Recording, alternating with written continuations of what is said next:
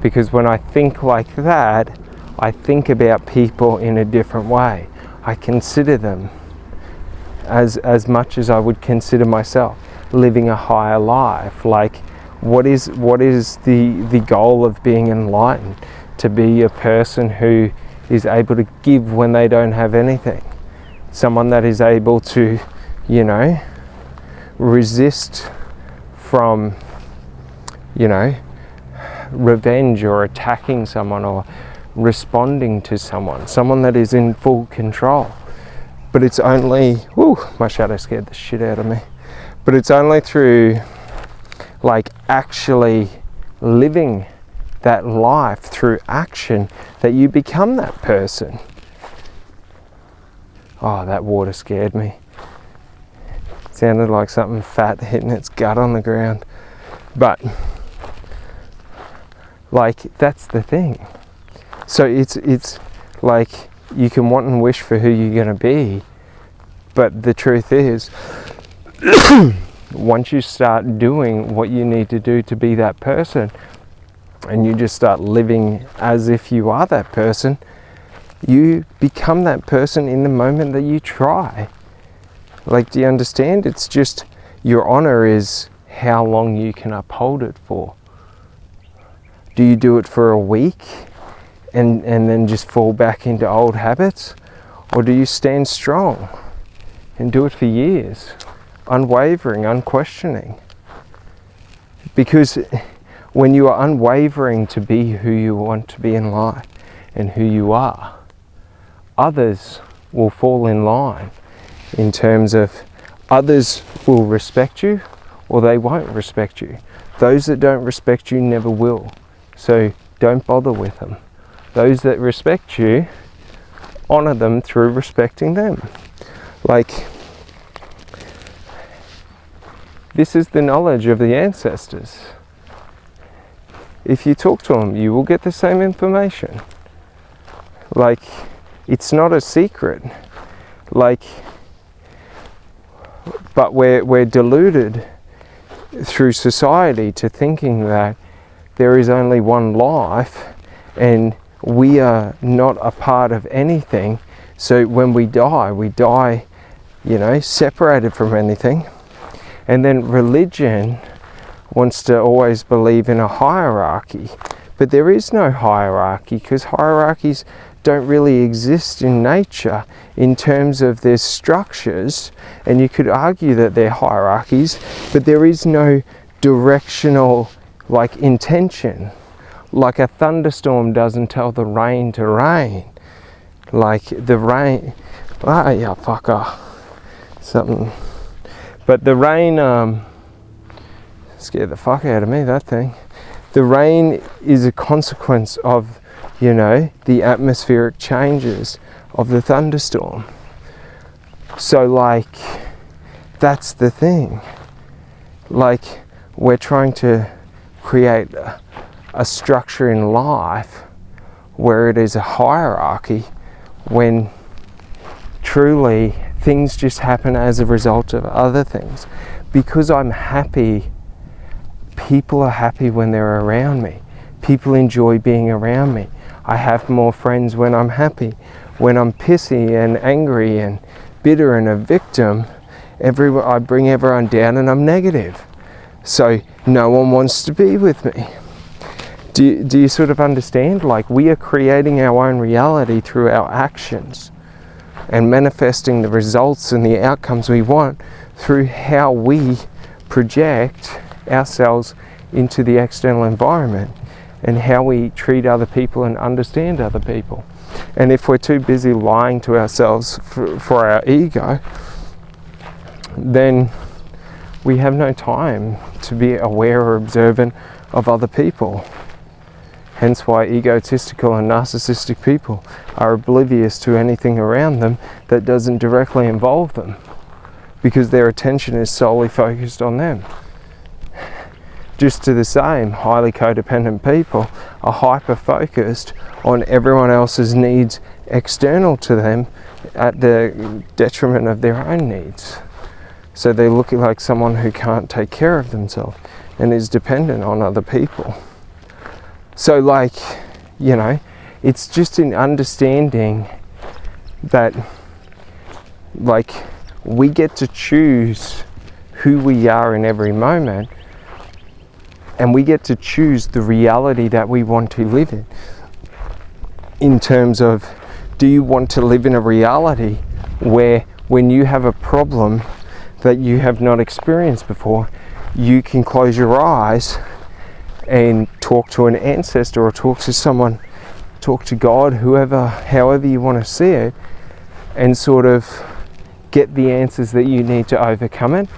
Or do you want to be someone who has to always go to the external environment and find what other people have done and can only validate themselves through other people? Like, you know what I mean?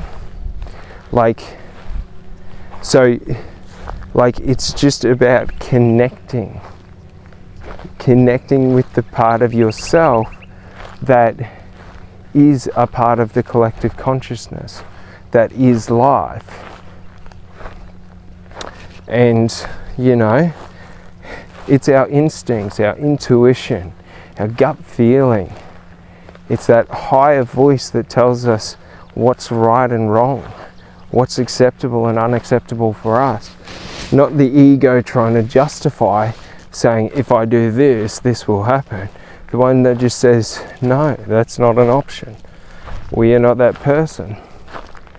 And that's an important thing, because in understanding and being able to hear, and the voice that I talk of isn't in the logical side of our brain or the conscious side of our brain. The voice comes from our subconscious mind. And our subconscious mind only has access to our behaviors and feelings and emotions. So we interpret these meanings and these conversations through emotion and feeling. That's why our gut instincts are just feelings. We feel like in the atmosphere, in the air, something is off.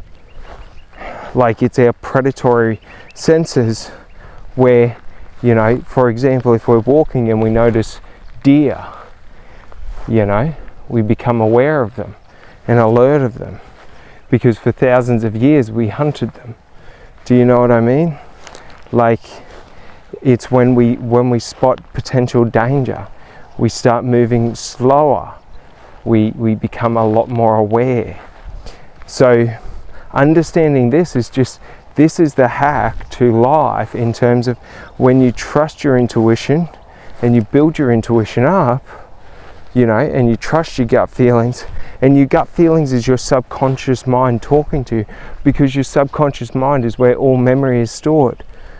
Only a fraction of memory is stored in the conscious mind. So your gut feeling is your subconscious mind processing such large troves of experiential data and theoretical data that you know, and it's spitting out results of the best actions to take. Have you ever noticed in life when you're in a situation and it's a negative situation and you get a gut feeling like, if I do this, this is the best, like the best outcome will happen if I take this course of action. And you take that course of action and it actually turns out to not even have been an issue. And it's sort of like, that's because your subconscious mind is so powerful that it's able to analyze such amounts of data and able to analyze the situation in such detail, but it can't tell you in logical language because your logic centers are in your conscious mind.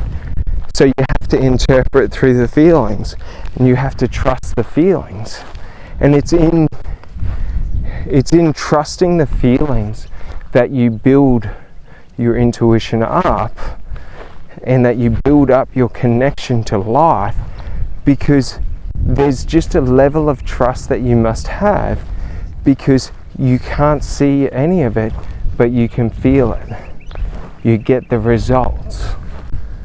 And, you know, so like whoever, like, and it's important to understand who your ancestors are in terms of understanding who your tribes are, where you come from, because the past is important to understanding the present and deciphering the present, because it's past action and past trauma or past situations that create limiting beliefs that entrap and cage us in the present moment from being able to move or act how we want to react.